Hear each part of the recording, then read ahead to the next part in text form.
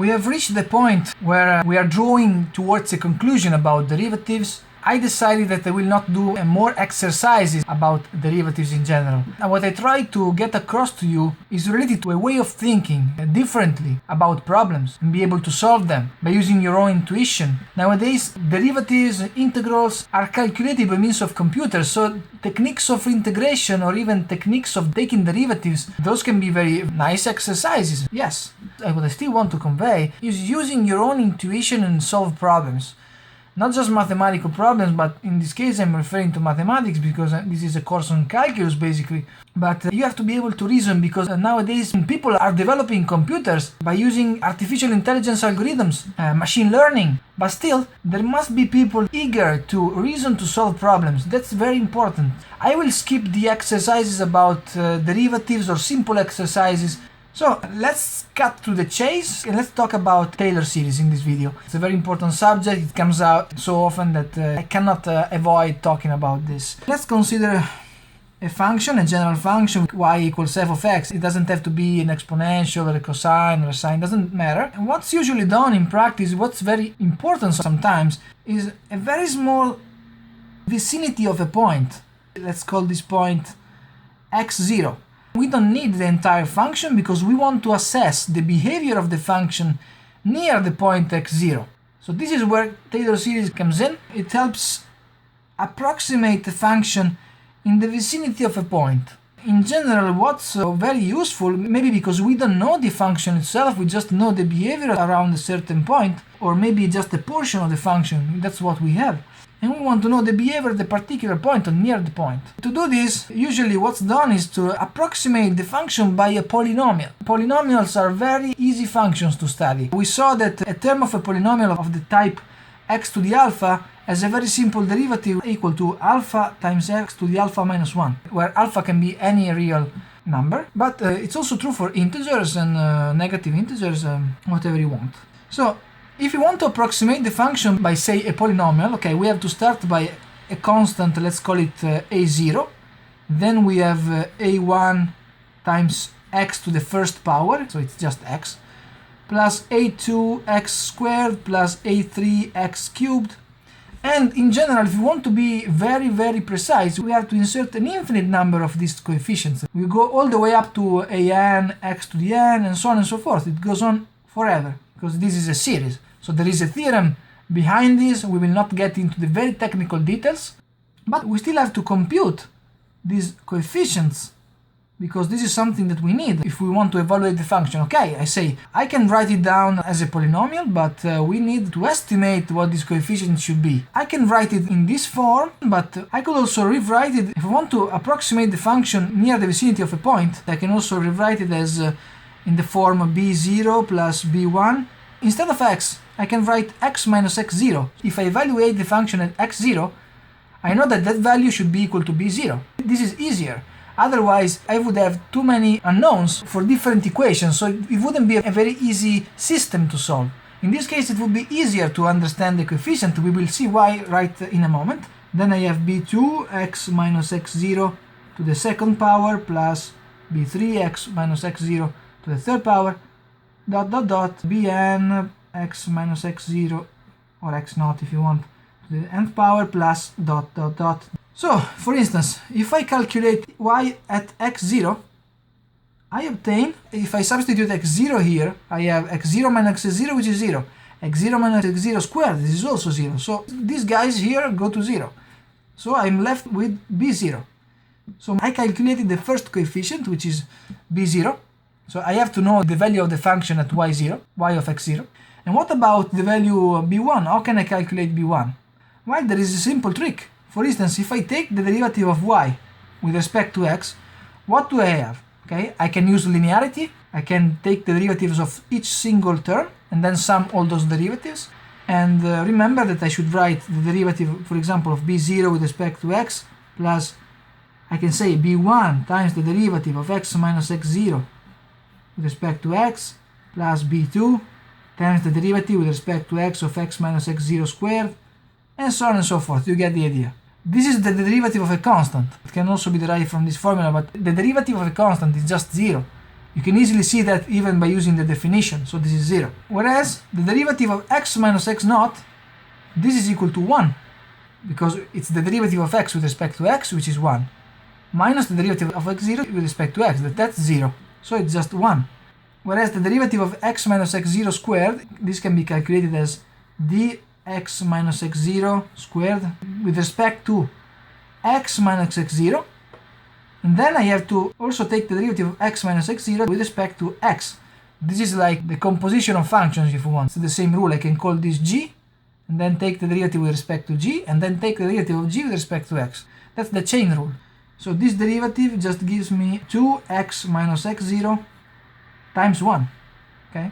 And so on and so forth. So this term still appears here. So if I calculate the derivative of y with respect to x, and then I calculate the derivative at x0, but first I take the derivative of the function of x with respect to x, and then I calculate the result at x0. So the first term is just 0 because the derivative of the constant is 0, and the second term is b1 times 1, and that's just a constant, and at whichever point I calculate it, it's always equal to b1. And then I have b2 times, this is a constant, the 2 doesn't really matter, times x0 minus x0, so that's 0. Okay, plus 0, and all the other terms are just 0 because these factors here appear there as well. So I have 0, 0, 0, and then the derivative of y with respect to x calculated at the point x0 is equal to b1. So what about, for instance, b2? Now you can get the idea. How can we calculate b2? We have to take the second derivative of y with respect to x. The second derivative is just the derivative of the first derivative, okay? It's d over dx of the derivative of y with respect to x, and in here with symbols that are used. Sometimes people call it y double prime at x0, then we have to calculate these derivatives at x0. But if we calculate it at x in general, we have the derivative of this, so it's b1 is just a constant, so we get 0, plus, let me write it down, the derivative with respect to x of b2 times 2 times x minus x0, plus the derivative with respect to x of b3. In here we would have 3 times x minus x0 squared, right? Because these terms comes from taking the derivative of x minus x0 to the third power, and the derivative of this is just 3 times x minus x0 squared, and so on and so forth, okay? We have other terms. But if we take the derivative of this, we have 2 times b2, and whereas the derivative of this is 6, but let me write it down like 3 times 2 instead of just 6, because you get the pattern. 3 times 2 times b3 times x minus x0. So when we calculate the derivative at x0, this term goes away. So do the other terms that come after. So we have 2b2. So we can say b2 is equal to 1 over 2, second derivative of y with respect to x, calculated at the point x0. So this is the other term.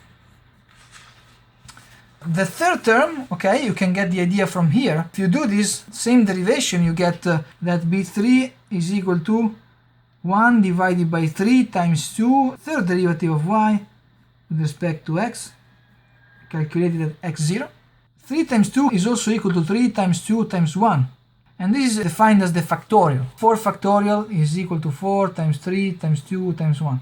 You get the idea. If you go to higher order terms, b4 is equal to 1 over 4 factorial d4y over dx to the 4 at x0.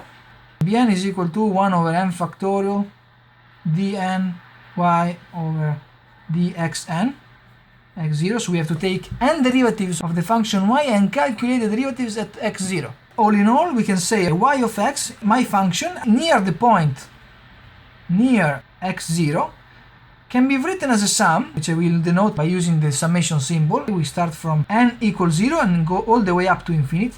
We have to write down 1 over n factorial dn y over dxn calculated at x0. And these are our coefficients bn times x minus x0 raised to the nth power. If you remember, bn multiplies x minus x0 to the n, so b1 times x minus x0, b2 times x minus x0 squared, and so on and so forth. So this is our formula, and it can also be proved that this is an equality. Just one example before concluding this video. is the formula for y of x equals sine of x. If you want to approximate, for instance, the function sine of x near the point x0 equals 0, remember that we derived in one of the lectures that I made that sine of x is approximately equal to x when x goes to 0. And you can be more general from this formula. For instance, let's try to develop the first few terms. So we have sine of x, we want to approximate it by b0 plus b1 times x. I will write x because I should write x minus x0, but x0 I set to 0, so I can write x times b2 x squared. Let's do the first three terms, then I would have other terms here. I will not consider those terms. So, for instance, how do I calculate b0? This formula should give me 1 over 0 factorial d0 y over dx0. If I want to use that formula, then calculate the value at 0. 0 factorial is defined as 1. That's a definition. And d0 over dx0, this operator is just the operator 1. That's a definition. So we have to take the value of y at 0. So it's sine of 0. Remember that we also derived it in here. So, okay, you can formally write like this, but it's something that we derived. So it's sine of 0, but sine of 0 is equal to 0. So b0 is equal to 0. What about b1? To calculate b1, I have to take 1 over 1 factorial, but 1 factorial is just 1, times the derivative, the first derivative, if you want, of y of x with respect to x, and then calculate everything at x equals 0. The derivative of the sine of x is just the cosine, so it's cosine of x, and calculate it at x equals 0, and then we have this is equal to 1. So the first term in the expansion is sine of x approximately equal to x. Then we have plus b2 x squared. What about b2? Let's calculate b2. b2 is equal to 1 over 2 factorial, but 2 factorial is just 2. And then we have to take the derivative of the first derivative. The first derivative is cosine of x. The derivative of cosine is minus sine of x. And then calculate it at 0. But this is 0, so b2 is equal to 0. Okay, so the next term would be b3. Let's do b3 for sake of simplicity. This is just 1 over 3 factorial, but 3 factorial is 3 times 2 times 1, so this is 6, times the derivative of the second derivative, but the second derivative is minus sine, so it's minus cosine of x, right? So this gives me minus 1 over 6. So this is the derivative calculated at x equals 0, right? So essentially the first few terms of the expansion are sine of x approximately equal to x, and then we have minus 1 over 6 here. It's minus x cubed divided by 6, and so on and so forth. So you get the idea. So when x is very small, this term is much smaller than this.